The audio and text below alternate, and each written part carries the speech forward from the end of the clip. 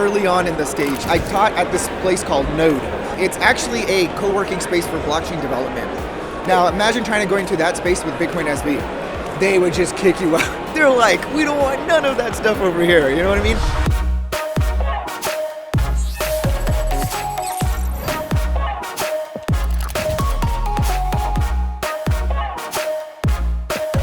That's exactly what I thought it was going to be. A bunch of other BSV finally with the same level of thinking, I guess you could say. That's kind of nice because I had hosted the Bitcoin Cash meetup earlier when it was Bitcoin Cash at that time. So I have a retail shop, and so I was hosting it at my shop. And so like Joshua Hensley had joined there as well. And I got connected to the San Francisco Bitcoin Cash organizer, and we had set the Hash War meetup. And I still remember that day where Ryan was just like, there's no doubt it's SV. And from there, the meetup was born.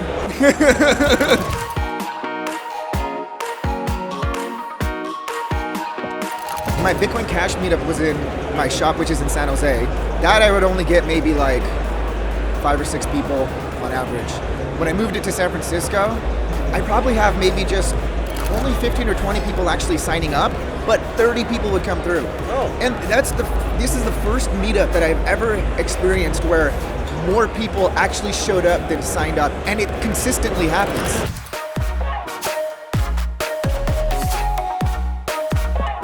It's maybe good topics. The first meetup was Ryan speaking, so that kind of helped bring awareness to it. And I taught at this place called Node SF.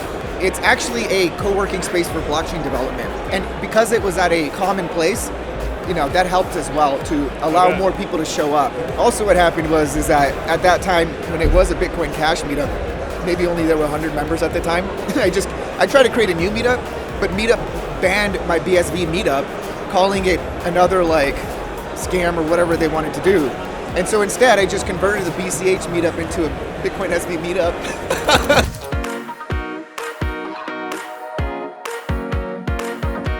My meetup is probably the good place to start. At Node, actually do advertising there as well. And if we can do that, that would be awesome because those are all the blockchain developers. But if we can convince Node SF to do that, it might have an impact on the developers. And then, one place is good? 42. Have you heard of 42? It's actually a place where people go to learn code, and it's free to go if you get accepted. And then they teach you all the computer science, and they're going to be young students who are going to be hungry for creating some type of business on computer science.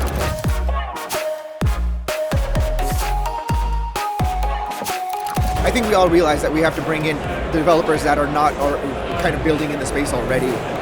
Kind of get the fresh minds and open minds to here. What I realized is, because I was teaching engineers from Samsung, Intel, all of the big companies out there. Now, they're all smarter than me. What I realized is that they just don't understand the full thing that's going on. You got the miners, you got the blockchain, you got transactions, you got blocks.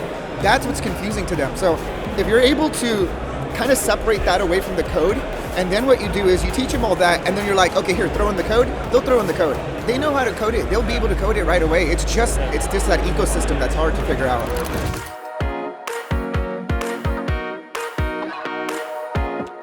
They've been spammed by the internet with such false information for so long.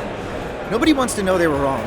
Nobody wants to believe that. So what happens is, you'll try to convince to them, but they're going to have some other excuse. They're going to have some other reason, typical standard reason of why not. And that's just a little bit tough to crack.